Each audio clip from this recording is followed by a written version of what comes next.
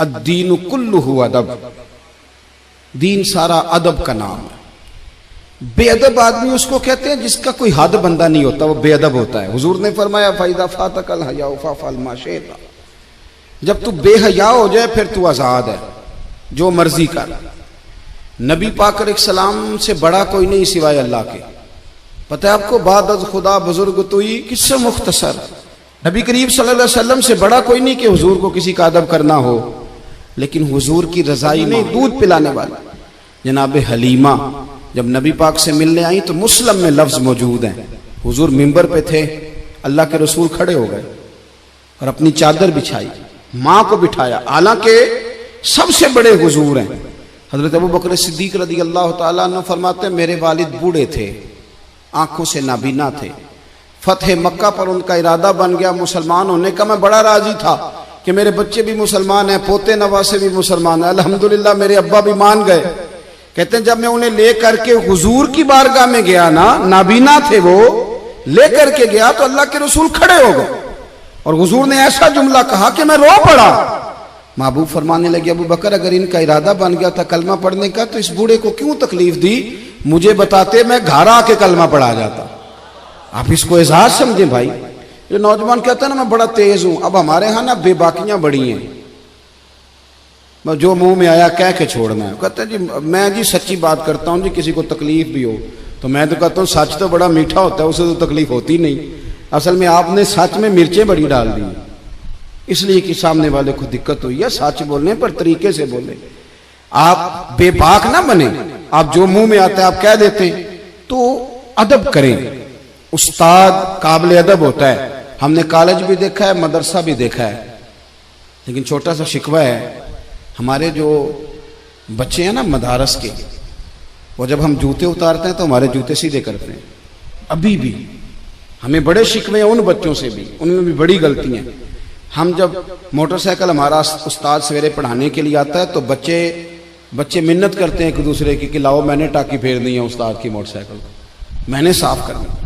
हमारे बच्चे अभी भी उस्ताद जी आ गए और जब वो निकलते हैं ना क्लास से, वो सारा निजाम वही है जो आपका, पीरियड लगता है 40 मिनट, और जब बच्चे निकलते हैं तो कोशिश होती है उस्ताद को पुश्त ना करें, और वो किताबों का भी वो बुरा हाल नहीं करते जो कॉलेज के स्टूडेंट करते। मुझे एक दिन मैं किसी के घर में मेहमान था तो उनके यहाँ एक टीचर थे जो फिजिक्स पढ़ाने आते थे। तो बच्चे से उसका बाप पूछता है कि वो मास्टर साहब आए कि नहीं। वो कहने लगा नहीं अब्बा वो कल भी नहीं आए थे। तो कहने क्यों नहीं आता, वो 5,000 रुपया ट्यूशन लेता है तो आज भी नहीं आया वो। मैंने उसके बाप से कहा कि अपनी चाय उठा के ले जाए, मेरी तो तबीयत फीकी हो गई है।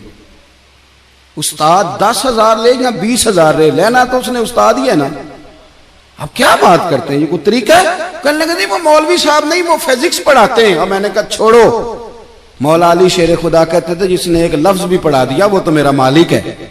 वो चाहे तो मदीने के चौक में खड़ा करके बेच दे, अपने रवैये को बड़ा साफ सुथरा करे, बड़ा अच्छा करे।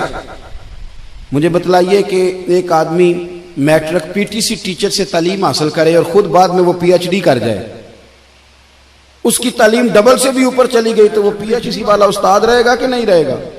बोलिए। वो कहे उस्ताद जी आप तो मतलब मैट्रिक पीटीसी और मैंने एमए किया, फिर एमफिल किया, फिर पीएचडी किया, मैं कहां पहुंच गया? अदब करना है कि नहीं करना?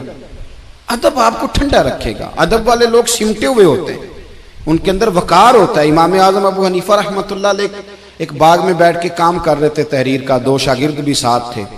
अब तो आप ये छोटे से मोबाइल में सारा कुछ बंद करके रख सकते हैं, जो मर्जी खोल के। उस जमाने में किताबें होती थी और कलमी नुस्खे, बड़ी किताबें बिक रही हैं, नोट्स बिक रहे हैं, चाएं बाएं तहकीक हो रही है।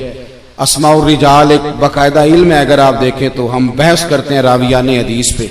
ये एक पूरा एक अलग जो है वो इस्तिलाहात हैं मदारस की।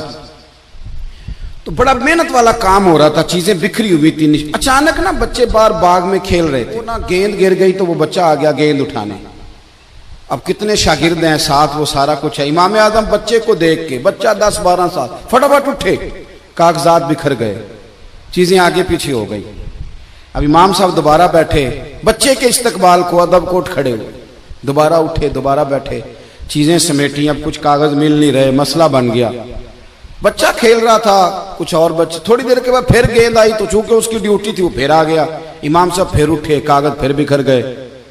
अब वो साथ वाले शागिर्द भी ज्यादा नहीं ना बर्दाश्त करते, एक दो दफा तो बर्दाश्त किया, अब तीसरी दफा बच्चा आया, कागजात फिर बिखरे।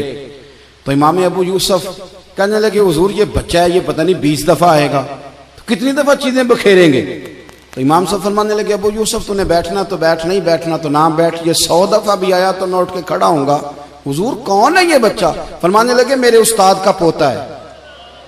मेरे उस्ताद का एक पंजाबी का मिसरा है, अगर आपकी समझ में आ गया तो ठीक है, ना आया तो फिर भी ठीक है। एक पंजाबी का मिसरा है, किसी दरवेश ने कहा था असला नाल जे नेकी करिए वो नस्लां ताक नहीं भुल दे, ते बेअसलां नाल नेकी करिए ते फुल कंडियां नाल तुल दे। हमेशा असातिज़ा के तो लोग पोतों नवासों का भी है, और मैं दलील दे सकता हूं कुरान पाक से, वकाना अबूहुमा सालिहन, अदब ना छोड़ना।